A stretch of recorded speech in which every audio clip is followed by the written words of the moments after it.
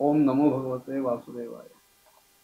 वास्तविक सच्चिदानंद स्वरूप परब्रह्म परमात्म्याचा अंश असलेला हा जीव खरा तो सुखरूप आहे,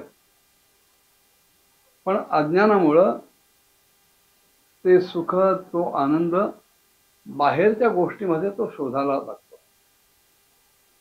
जी वस्तू जिथे नाहीच आहे तिथे जर शोधायचा प्रयत्न केला, कितीही आदळआपट जरी केली तरी ती मिळणार नाही।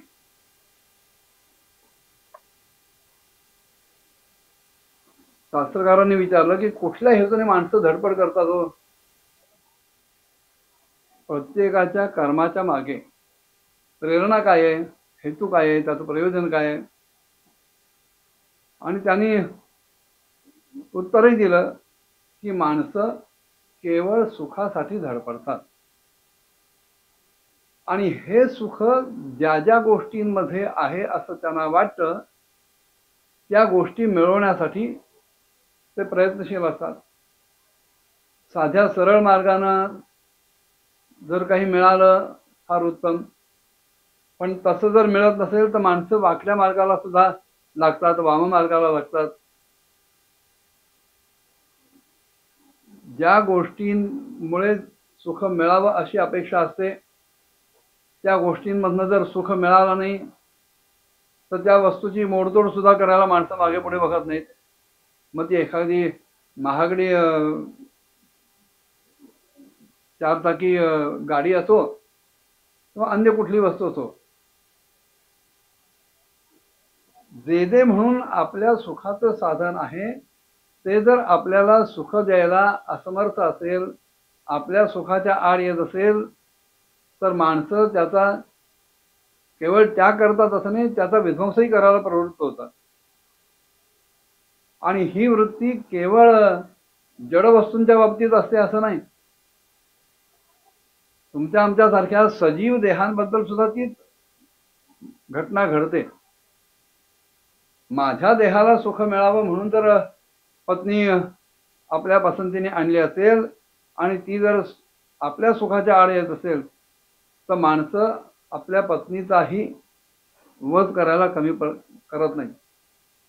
आई वडील, आप्तइष्ट, भाऊ बहिणी, आपले सख्खे मुलगे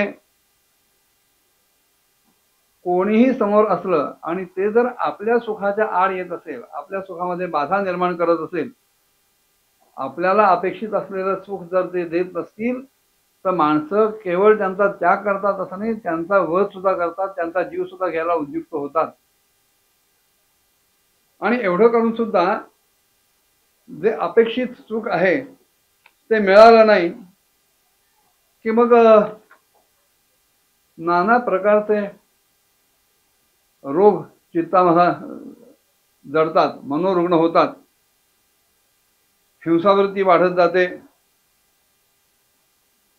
आणि त्या हिंसा कर्मामुळेच माणसं नाना प्रकारच्या नरकामध्ये जातात। श्रीमद भागवताच्या 5व्या स्कंधाच्या शेवटी त्यांनी नरकांचंही वर्णन केलंय। माणसं कशा प्रकारची किती विविध पाप करू शकतात आणि त्या प्रत्येक पापकर्माला कसा कुठला नरक मिळतो, त्यात जावं लागतं, पडावं लागतं, हे सगळं तपशीलवार वर्णन 5व्या स्कंधाच्या शेवटच्या अध्यायात केलेलं आहे। नरकांचे भोग भोगल्यानंतर सुद्धा तेव्हा अन्य भोग भोगण्यासाठी कृमी कीटकादी योनीमध्ये भरकटावं लागतं। त्या योनीमध्ये गेल्यानंतर सुद्धा त्या जीवाला तो देह तिथे प्रिय वाटतो। एक कथा सांगतात की एक अतिशय ज्ञानी व्यक्ती होती आणि त्यांना आपलं मरण कधी कुठे कसं आहे हे माहिती होतं आणि फक्त एक जन्म आपण घेतला की त्याच्या पुढच्या जन्मात आपण पुन्हा मनुष्य होऊ आणि मग आपण मुक्त होऊ असं त्यांना ज्ञान झालेलं होतं। पण पुढचा जन्म आपला कुठला आहे हेही त्यांना कळलेलं होतं। असतात काही माणसं अशी ज्ञानी, तर त्यांनी आपल्या शिष्यानं सांगितलं की बघा आता काही काळाने मी देह ठेवणार आहे, देह ठेवला की मी लगेच एका डुकराच्या पोटी जन्माला येणार आहे, डुक्कर म्हणून जन्माला येणार आहे आणि त्यावेळेला माझ्या कपाळावर अमुक अमुक खूण असेल तुम्ही शिष्यांनी जिथे मी जन्माला येईन ती खूण सुद्धा तुम्हाला सांगून ठेवीन आणि तिथे तुम्ही माझा पाठलाग करायचा आणि डुकरात जन्म घेतलेला माझा तिथे तुम्ही वध करायचा. डुक्कर म्हणून मी मेलो की मी पुन्हा मनुष्य जन्मात येईन आणि मग मला पुढचा मोक्षाचा मार्ग खुला होईल. जे काही भोग भोगायचे होते ते भोगल्यानंतर मला पुढचा मार्ग मोकळा होईल. आणि म्हणून शिष्य त्या नजर ठेवून होते. त्या व्यक्तीने देह ठेवला. त्या शिष्याना खूण सांगितली की अमुक अमुक ठिकाणी मी आता डुकराच्या जन्माला येणार आहे.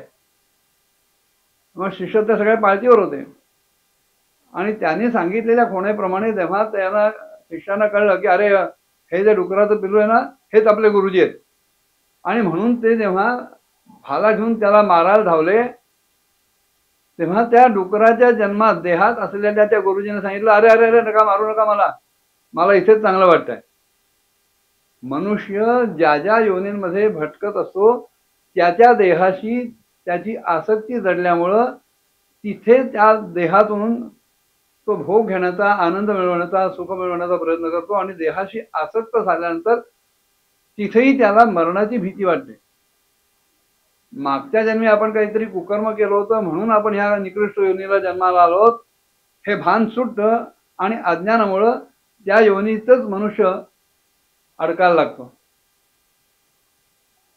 अनेक वेळा प्रयत्न करून सुद्धा ह्या जन्मात जेव्हा आपली काही जीविका समाधानकारक चालत नाही असं वाटतं अनुभवाला येतं तेव्हा तो मनुष्य लोभामुळे अधीर होतो आणि दुसऱ्यांच्या धनाची इच्छा करायला लागतो. परधनाचा अपहार भ्रष्टाचार अधर्मानं पैसा मिळवणं ही वृत्ती त्या असंतुष्टतेतून येते आणि मग मनुष्य कोणत्याही पापाला प्रवृत्त होतो. बर असा जो भ्रष्टाचारातून मिळालेला पैसा असतो अन्यायानं मिळवलेला पैसा असतो तो तरी सुखावह होतो का? सुखावह तो होत नाहीच. उलट एरवी जी माणसाला गाढ झोप लागली असती ती झोपही उडते आणि झोपेची औषधं घेऊन सुद्धा झोप येत नाही आणि पुन्हा त्या झोपेचं असंतुलन झाल्यामुळं बाकीतही शरीराचं आणि मनाचं आरोग्य बिघडत जातं. अन्यायोपार्जितम वित्तम 10 वर्षांनी तिष्ठती प्राप्ते 11 वर्षे समूलंच विनश्यती.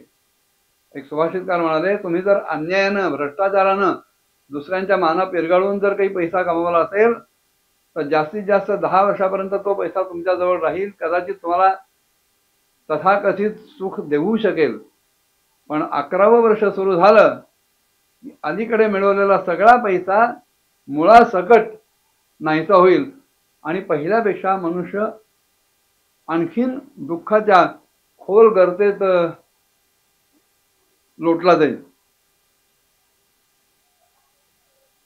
ज्या वेळेला माणसाला आपण आपल्या कुटुंबियांचं पालन पोषण करायला असमर्थ आहोत असं जाणवतं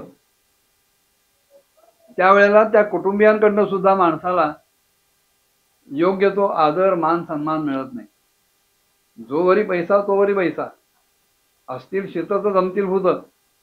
माणसाकडे जोपर्यंत पैसा आहे तोपर्यंतच त्याला गोळाच्या ढेपेला जसे मुंगळे चिकटावेत तशी ही सगळी माणसं चिकटून बसलेली असतात.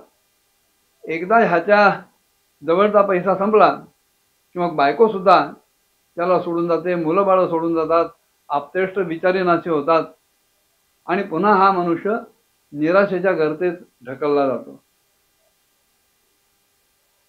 बरं एवढं केल्यानंतर तरी वैराग्य यावं, एवढं केल्यानंतर तरी माणसाला समज यावी की आपण ज्याच्यासाठी धडपडतोय जे मिळवायचा प्रयत्न करतोय ते सुख तो आनंद ह्या बाह्य गोष्टीमध्ये कुठेही नाही.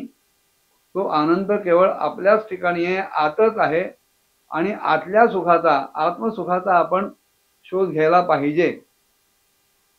एवढं तरी शहाणपण सुचावं पण तेही शहाणपण सुचत नाही. वैराग्य येत नाही आणि आतापर्यंत केलेल्या सगळ्या श्रमामुळं आणि काळाच्या ओघात वार्धक्य येऊन तो आणखीन विकल होत जातो.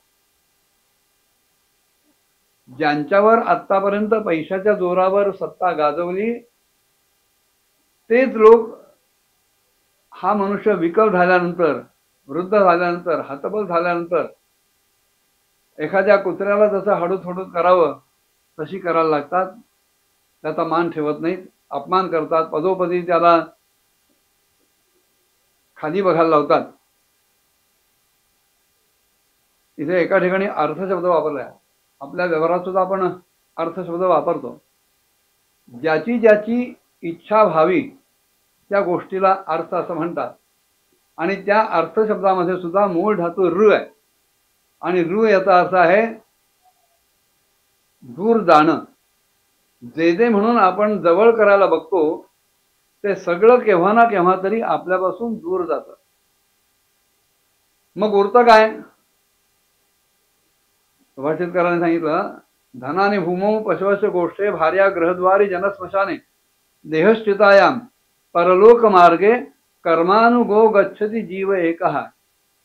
मिळालेला सगळा पैसा, कमवलेला सगळं धन हे शेवटी जमिनीतच किंवा आताच्या भाषेत बँकांमध्ये, पतपेढ्यांमध्ये राहतं. जेव्हा देह ठेवला जातो तेव्हा ते काही आपल्याबरोबर येत नाही. आपल्या मागे राहिलेल्यांना त्याच्यासाठी धडपड करावी लागते मिळवण्यासाठी. धनानि भूमो पशवस्य गोष्टी, पैशाच्या जोरावर नाना प्रकारचं पशुधन मनुष्य गोळा करतो आपल्या सुखासाठी. गाई म्हशी गोळा करतो, घोडे वगैरे गोळा करतो, पण ते सुद्धा त्यांच्या गोठ्यामध्ये किंवा तबेल्यात राहतं.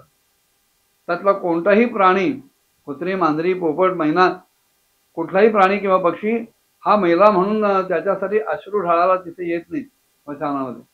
पशवस्य गोष्टी भार्या ग्रहद्वारी, स्वतःच्या पसंतीनं घरात आणलेली आपली पत्नी, तिची सुद्धा मर्यादा घराच्या उंबरठ्यापर्यंत आहे.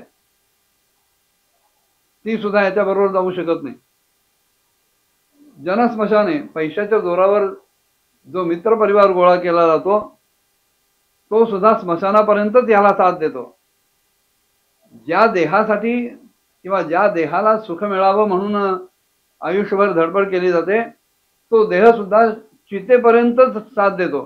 मग पुढे काय जातं?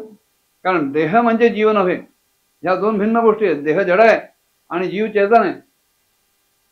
मग जड देह जेव्हा चितेवर जळतो, त्याचं दहन केलं जातं, तेव्हा आयुष्यभरात यांनी जी काही कर्म केली असतील चांगली किंवा वाईट, त्या कर्मांचे ठसे आतल्या जीवाबरोबर पुढचा मार्गाचा आक्रमण करत असतात. कर्मानुगो गच्छति जीव एका. पण जिवंत असेपर्यंत माणसाला ह्या गोष्टींचं भान राहत नाही. आणि जन्माला आल्या क्षणापासून मरेपर्यंत देहामध्ये जे काही विकार येतात ते सगळे विकार, त्या सगळ्या अवस्था पार करत करत करत शेवटी काळाच्या तोंडात जाणं एवढंच त्याच्या हातात राहतं.